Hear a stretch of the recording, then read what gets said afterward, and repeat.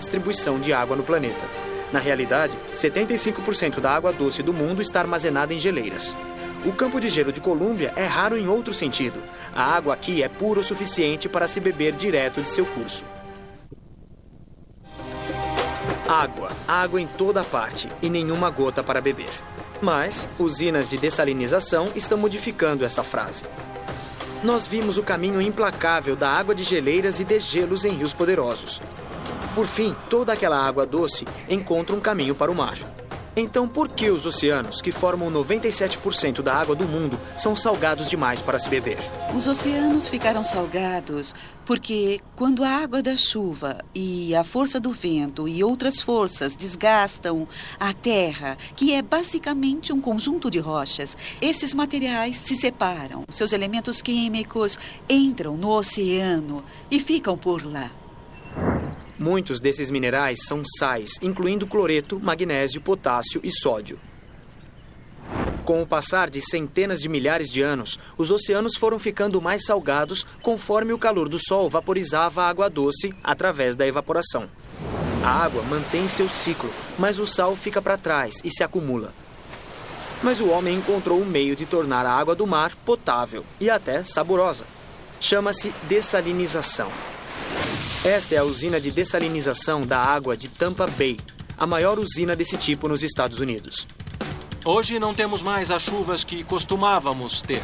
Tem muita estiagem, então estamos pegando água do mar da Baía de Tampa e retirando todo o sal e usando como água potável para as necessidades da nossa região.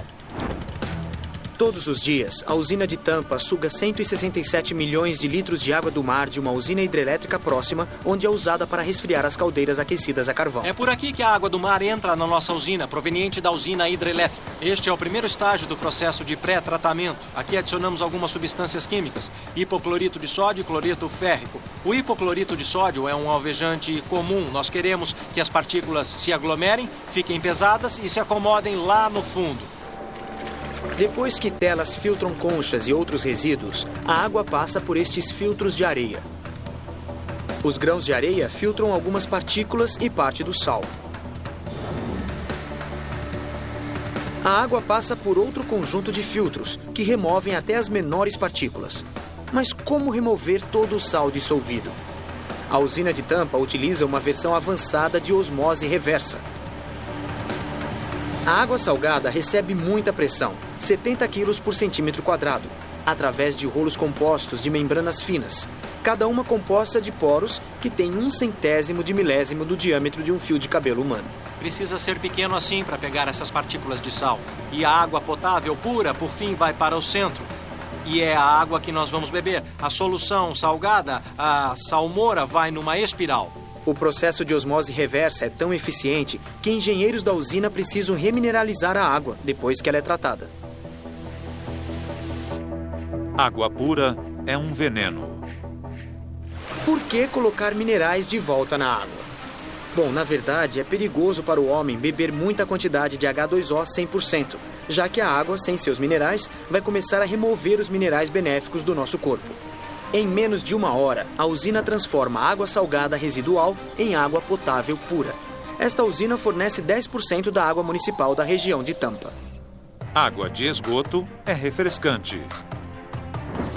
Mas nenhuma água, nem água de esgoto tratada, fica sem salvação. Do outro lado do continente, outra região com problemas de água está indo fundo em busca de uma solução. Em Orange County, Califórnia, uma usina de purificação avançada usa um tipo diferente de água não potável. Água de esgoto tratada de um centro de saneamento próximo e a deixa adequada para beber. Diariamente, nós recebemos em torno de 390 milhões de litros de resíduos secundários do Centro de Saneamento de Orange County. Dessa quantidade, nós produzimos 265 milhões de litros de água ultrapurificada. É uma quantidade enorme de água. Na verdade, é água suficiente para 500 mil pessoas do norte e centro de Orange County. O processo é muito parecido com a dessalinização.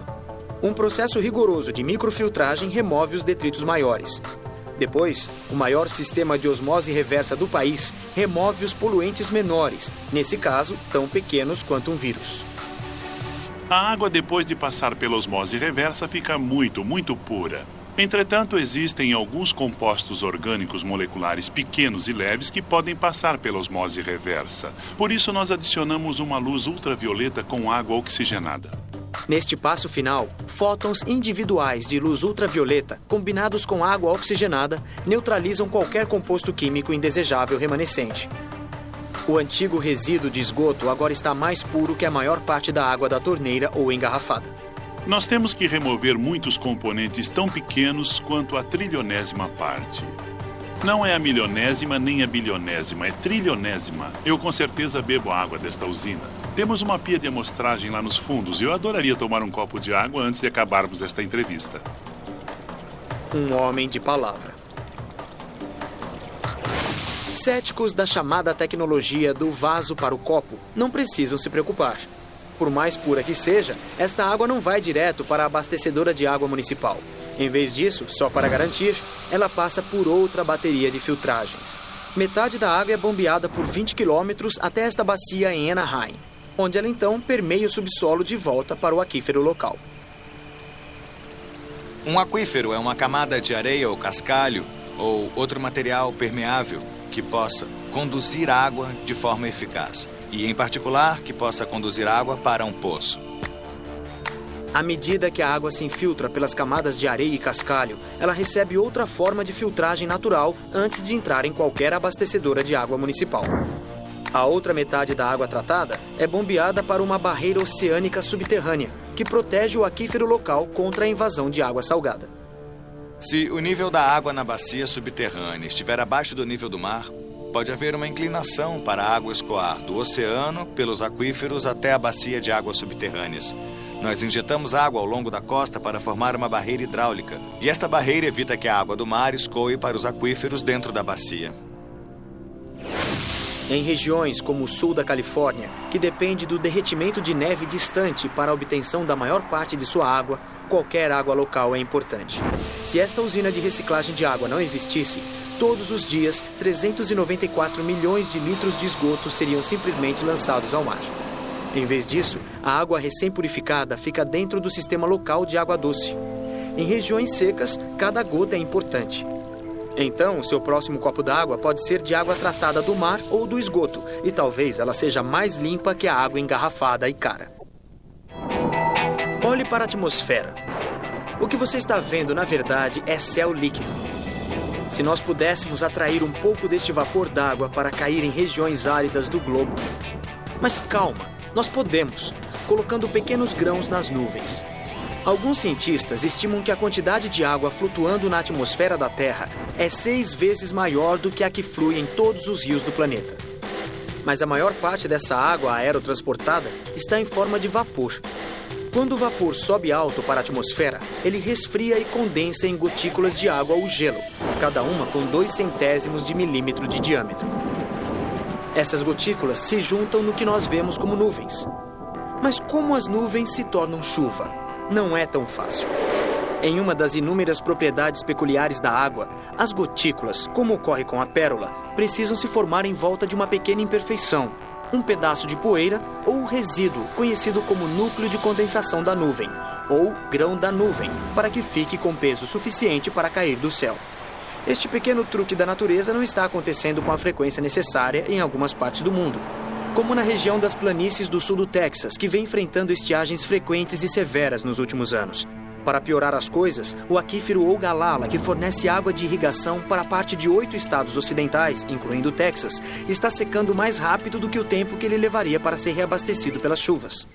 Então, Gary Walker e sua empresa SOAR executam uma versão de alta tecnologia da dança da chuva e tentam arrancar a preciosa água das nuvens que simplesmente não querem se transformar em chuva. Nesta área, as duas principais fontes de água são o aquífero Ogallala, que é um aquífero subterrâneo, e a água da chuva.